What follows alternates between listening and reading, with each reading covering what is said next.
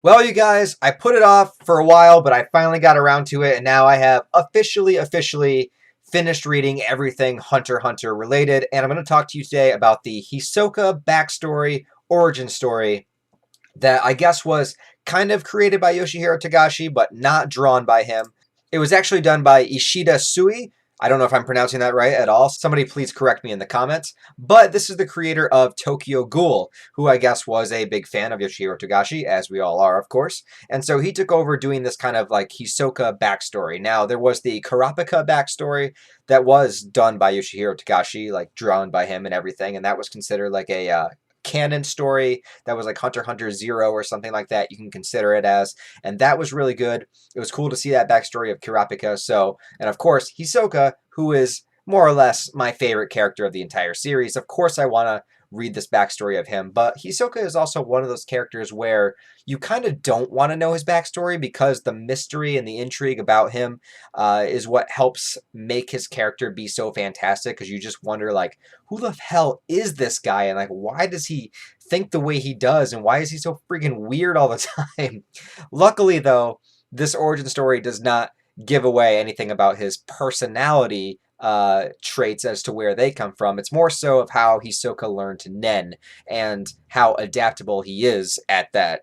So this is going to include spoilers, so if you have not read it, I would recommend checking it out. I found it online pretty easily, so just go check it out and read it. One thing I will say, I'll get the bad out of the way right off the bat, is that the art style in this, now I'm not saying it's bad, but it's okay, it's pretty rough. It's pretty hard to look at. It looks very unfinished. It looks like just a very rough first time through, just kind of drawing the storyboard of a comic. It doesn't feel like it was actually like fully drawn to its full capacity, if that makes sense. Now, I have not read Tokyo Ghoul, but I have seen some images from it, and this definitely does not look like the level of detail that is in the Tokyo Ghoul manga. So I'm just assuming this was kind of like, because this was a one-off, I'm assuming it's something that he did in his free time just for fun. And so the necessity to have the detail in it just kind of wasn't there, because a lot of this looks like very rough sketches. Details aren't filled in. There's almost no backgrounds whatsoever. However, the story presented was actually pretty engaging, and I could kind of see this being its own like standalone episode of the Hunter x Hunter series. Like, if we ever get the anime to come back in like 20 years, I mean, come on, it happened for Bleach, so why can't it happen for Hunter x Hunter? I see this, maybe they could like put this as an episode right before the Hisoka Crollo fight, maybe like a little like prelude into that fight. But Hisoka is found in this. He's about like 14 or 15 years old, I'm assuming. He's found by a leader of a group of traveling performers called Moritonio. Moritonio seems to feel bad for him and takes him in, and Hisoka gets to kind of live in this world of these traveling performers. And we know Hisoka is meant to be kind of like a magician type character. That's kind of his persona. It's kind of like the mask that he puts on himself, kind of who he presents himself, projects himself to be, as sort of this like ultimate performer. You know, everything's a game, everything's a misdirect, everything's an illusion. You know, that's kind of like the basis of Hisoka. So the fact that he was kind of involved in this world actually kind of makes a lot of sense, and it seemed he was kind of already that type of person before he was brought in anyways. He starts to rub the group kind of the wrong way, where they see that, you know, he's watching them practice and perform like with the juggling, and then like the juggler can't perform, and then Hisoka says they'll take their spot, and he does it flawlessly, and it like pisses everybody off because they're like, oh, he did this from just watching. So this shows how Hisoka, even from an early age, can basically pick up on the skills of somebody else. He has a really great sense of observation, and so he's able to just kind of take what somebody else has done and kind of mimic it to himself. Now this goes even further, where he finds out that Moritonia is actually training one of the members of the traveling group in the ways of Nen.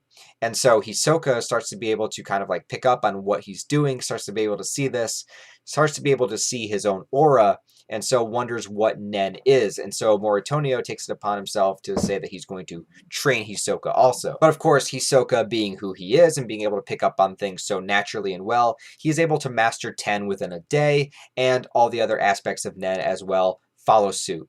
And so they do the water deviation test. He finds out he's a transmuter. He asks all the right questions. Can a transmuter still use Nen in other categories? How does it work? Yada, yada.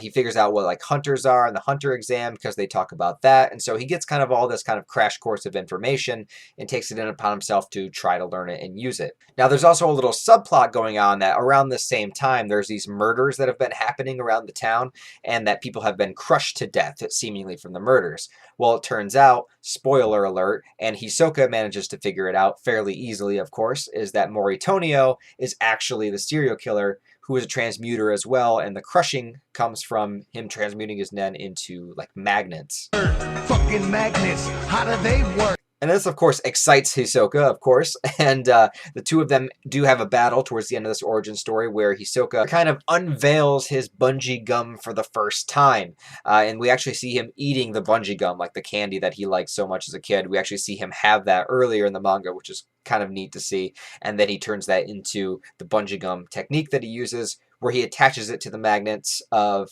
Moritonio and then uses them to crush him, basically using his own move against him.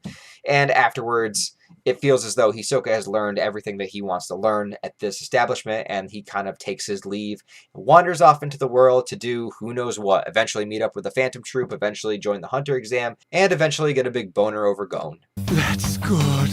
You're so very good. I just can't wait to break you. So yeah, overall, I did enjoy this. I liked seeing it. Hisoka, like I said, he's pretty much my favorite character of the entire series, so it was cool to see a little bit of a backstory on him. I do wish the art was a little more care was taken into finishing it and polishing it up. I don't know if that's just the certain aesthetic that the artist wanted to go with. If so, I'm not like, it's still better art than I could do. All right, so I'm not judging it on that. I'm just even for like Yoshihiro Togashi, like his art usually has a lot more detail in it than this did. So a little bit being kind of like the scratchy, sketchy look to me. I mean, I guess it's a cool aesthetic in one point of view, but in another point of view, it's like I would have wanted to see a little bit more from that. However, it is just kind of like a fun side story, and since Hunter x Hunter is still on endless hiatus, I'll just take any new content I can get. But unfortunately now I have finished all of Hunter x Hunter, even the side story here that wasn't even made by Togashi, so I am in full-on hiatus mode. So, I don't know, what did you guys think? If you read the Hisoka origin story or backstory, what did you think about it? Did you like it? Did you not like it? Comment that all down below. Let me know what you think. Also, guys, please don't forget to like the video, subscribe also if you want to stick around. Check out the description below for my Discord and my Patreon. And also, in case you didn't know, bungee gum has the properties of both rubber and gum, just in case you forgot. And I'll talk to you guys in the next video.